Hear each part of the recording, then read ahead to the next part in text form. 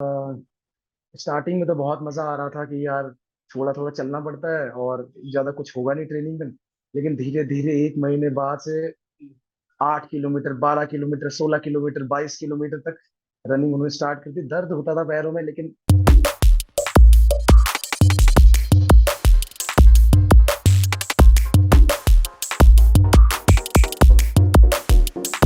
Hello everyone, welcome to my channel. तो आज के इस वीडियो में हम लोग ये वीडियो एक पॉडकास्ट टाइप का करने वाले हैं और इस पॉडकास्ट में मेरे साथ चित्रांशु है। तो चित्रांशु मेरे साथ बेसिकली 12 तक पढ़ा हुआ है। उसके बाद he has join defence services. तो आज हम लोग इसी के बारे में बात करने वाले हैं कि कैसी जर्नी थी, कैसे चित्रांशु ने ज्वाइन किया 12 के बाद डिफेंस, और कैसी लाइफ होती है डिफेंस में नॉर्मल लाइफ के बाद, और क्या हमारा परसेप्शन रहता है जब तक हम लोग डिफेंस नहीं ज्वाइन करते हैं, और हमारे परसेप्शन में क्या क्या चेंजेस आते हैं डिफेंस ज्वाइन करने के बाद। तो Chitranshu, welcome to my channel. Hi thank you Vishal. यार, अपना टाइम निकाल के अपने एक्सपीरियंस शेयर करने के लिए। बस यार, ठीक है, कम से कम अपने भाइयों को पता तो चलेगा कि कैसे कैसे क्या है डिफेंस के बारे में। और it is always an honour to join और work in any defence forces. मेरे को भी बहुत ज़्यादा प्राइड फील होता है कि मेरा एक दोस्त है जो डिफेंस में काम कर रहा है। और तो यार, चित्रांशु शुरू करते हैं वीडियो। तो अपना एक छोटा सा इंट्रोडक्शन दे दो बिल्कुल यार। अपने बारे में कि कैसे ज्वाइन किया था, कब ज्वाइन किया था। देखिए, सबसे पहले अपने नाम से शुरू करता हूँ मैं। मेरा नाम चित्रांशु साहू है और मेरी उम्र अभी 21 साल है। और ये बात तब की है, मैंने स्टार्टिंग से सोच रखा था कि from the very beginning I dream about wearing the uniform and serving in defence forces because the life is very adventurous. बहुत मजा आता है सारे एडवेंचर करने में, मतलब बहुत बहुत ही ज्यादा मजा आता है। आप सोच भी नहीं सकते। आप लोगों को लगता होगा कि डिफेंस में ये है वो है, लेकिन ऐसा ऐसे ऐसे एडवेंचर आपको मिलेंगे कि आप मतलब पूरी लाइफ आपकी थ्रिल हो जाएगी। तो मैंने रोज अपने पापा को देखता था, मेरे पापा भी डिफेंस में थे, आर्मी में थे बेसिकली। तो उनको तो रोज देखता था और साथ में मैं पापा के साथ कैंट में रहा हूँ, तो देखता था कि वहाँ पे जवानों का हेलीकॉप्टर से उनकी ऐसी लाइफ। तो मैंने शुरू से सोच रखा कि करना है तो यही करना है, बाकी और कुछ नहीं करना। तो जस्ट आफ्टर 12th मैंने एग्जाम दिया। तो एयरफोर्स XNY ग्रुप का मैंने एग्जाम दिया था, तो मेरा एयरफोर्स का टेक्निकल ग्रुप में एग्जाम निकल गया था। तो हाँ। जस्ट थोड़ी बहुत पढ़ाई कर ली थी मैंने, और बाकी मुझे पता था कि मैं निकाल लूंगा। तो उसके बाद मैंने एग्जाम निकाल लिया और सारा प्रोसीजर करने के बाद physical, medical and enrolment list, वो सारा कुछ करके और फाइनली मैं 26 जून 2019 को मैं basic training institute ATS Belgaum में चला गया। और वहां से मैंने अपनी ट्रेनिंग शुरू कर दी। और वहां से अपनी ट्रेनिंग चलते ही बहुत बहुत मजा आया दोस्तों के साथ। Chitranshu, how was your training and what was the duration of the training?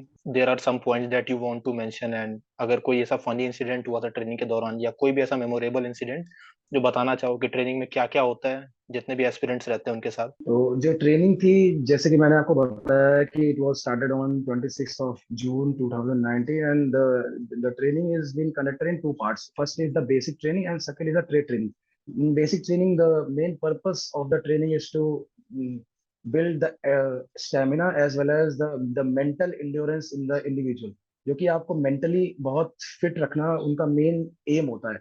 आप डिफेंस सर्विसेज में जा रहे हो तो आपके लिए फिजिकल जो है वो तो है ही, साथ में आपकी मेंटल हेल्थ, मतलब आपको मेंटली बहुत फिट होना है, क्योंकि ऐसे चैलेंजेस आएंगे। तो दो पार्ट में ट्रेनिंग होती है। पहली जो होती है वो रहती है बेसिक ट्रेनिंग। बेसिक ट्रेनिंग में आपको बेसिकली डिफेंस के बेसिक जो बेड रॉक होता है, जैसे परेड, PT वगैरह, वो सब सिखाते हैं।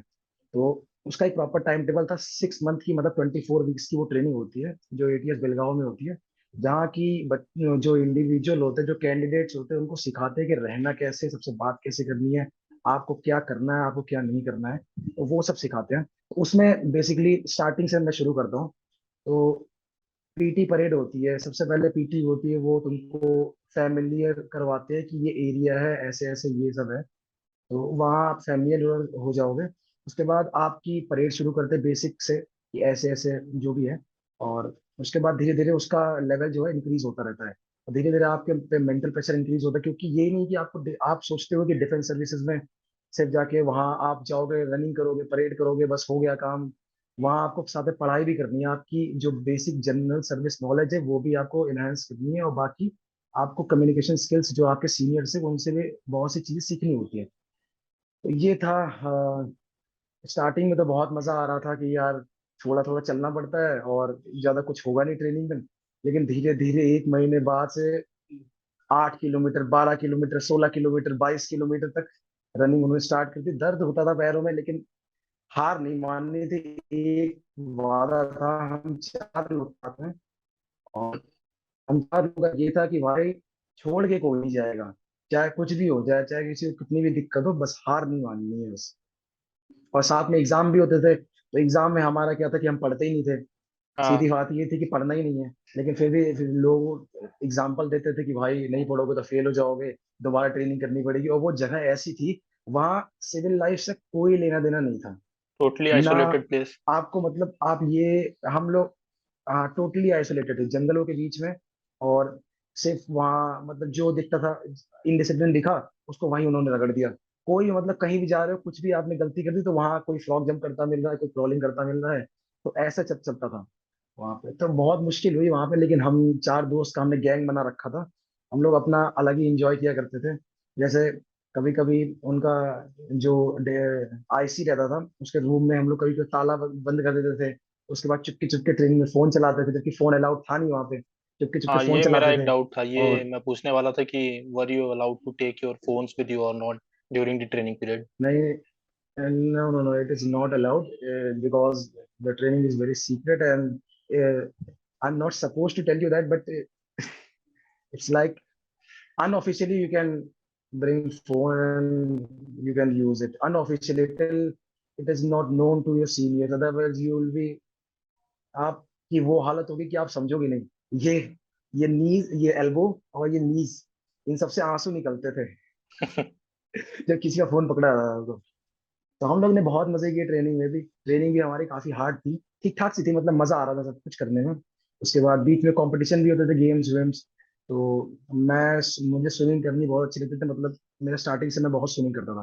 तो मैंने वहाँ स्विमिंग कंपटीशन में भी हिस्सा लिया था, और वहाँ रनर अप था मैं। तो 8 लोगों के बीच में मैं, मेरी थी बाइक स्ट्रोक, तो मैं वहाँ अपना आराम से इंजॉय करता था स्विमिंग वगैरह करके। So, Chitransu, now I want to ask that before joining the defense forces, you would certainly have some different perception of defense forces or air force.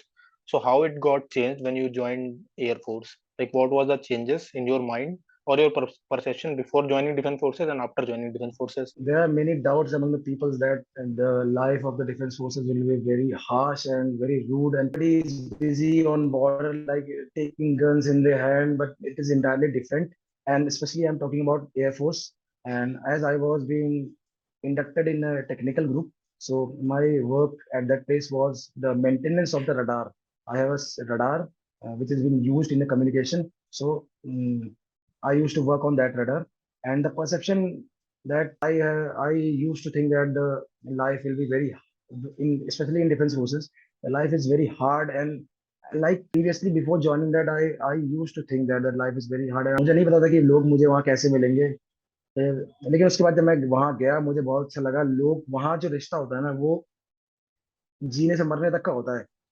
वहाँ ऐसा नहीं है, बहुत से तुमको लोग मिलेंगे, और तुमको जो तुमको अपने माँ बाप से भी बढ़कर रहेंगे, जो तुमको ऐसी ऐसी गाइडेंस देंगे जो तुमको कभी कभार वो भी माँ बाप भी नहीं दे पाते। तो मतलब लाइफ तो बहुत अच्छी है। अगर मैं पहले सोचता था कि हाँ ऐसा ऐसा होगा, लेकिन कुल मिला के बहुत अच्छा है, और बहुत इंजॉय कर रहा हूँ लाइफ को, और बहुत मिस करता हूँ। छुट्टियों में भी बहुत मिस करता हूँ इन लाइफ को, जो मैं वहाँ पे दोस्तों के साथ जीता हूँ, आराम से घूमना खेलना।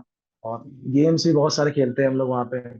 और ये है कि रनिंग वनिंग सबसे आगे रहना, गेम्स खेलना, और मस्ती करना दोस्तों के साथ, घूमना फिरना। तो बहुत बढ़िया है। इतना कुछ है नहीं, बस आराम से अपना काम करो, रिस्पेक्ट करो, डिसिप्लिन में रहो, बढ़िया है। चित्रांशु को अभी 3.5 साल हो गए हैं, लगभग एक्सपीरियंस हो गया है और काम करते हुए डिफेंस फोर्सेस में। और he has also achieved a milestone that we can not share publicly. So congratulations Chitranshu for that milestone, है ना। और सच में हम लोग को तो बहुत अच्छा लगा था जब थैंक हम यू लोगों को पता एवरीवन। चला था बस कि you have been selected in defence forces. Plus अभी रिसेंटली जो अचीव किया उसके लिए भी, है ना, बहुत ज्यादा कॉन्ग्रेचुलेशंस। और अभी हम बहुत लोग बहुत थैंक यू, बहुत बहुत धन्यवाद आपका। बस ऐसे ही अपनी दुआएं बनाए रखना, ताकि मैं ऐसे ही आप लोगों की सेवा कर सकूं, अपने देश की सेवा कर सकूं। बस ऐसे ही अपना प्यार बनाए रखना, बस बाकी तो सब सही है। और थैंक यू यार, टाइम निकालने के लिए, थोड़ा सा मतलब वीडियो बनाने के लिए, थोड़ा अरे सा बिल्कुल इन्फॉर्मेशन यार, शेयर करने के लिए।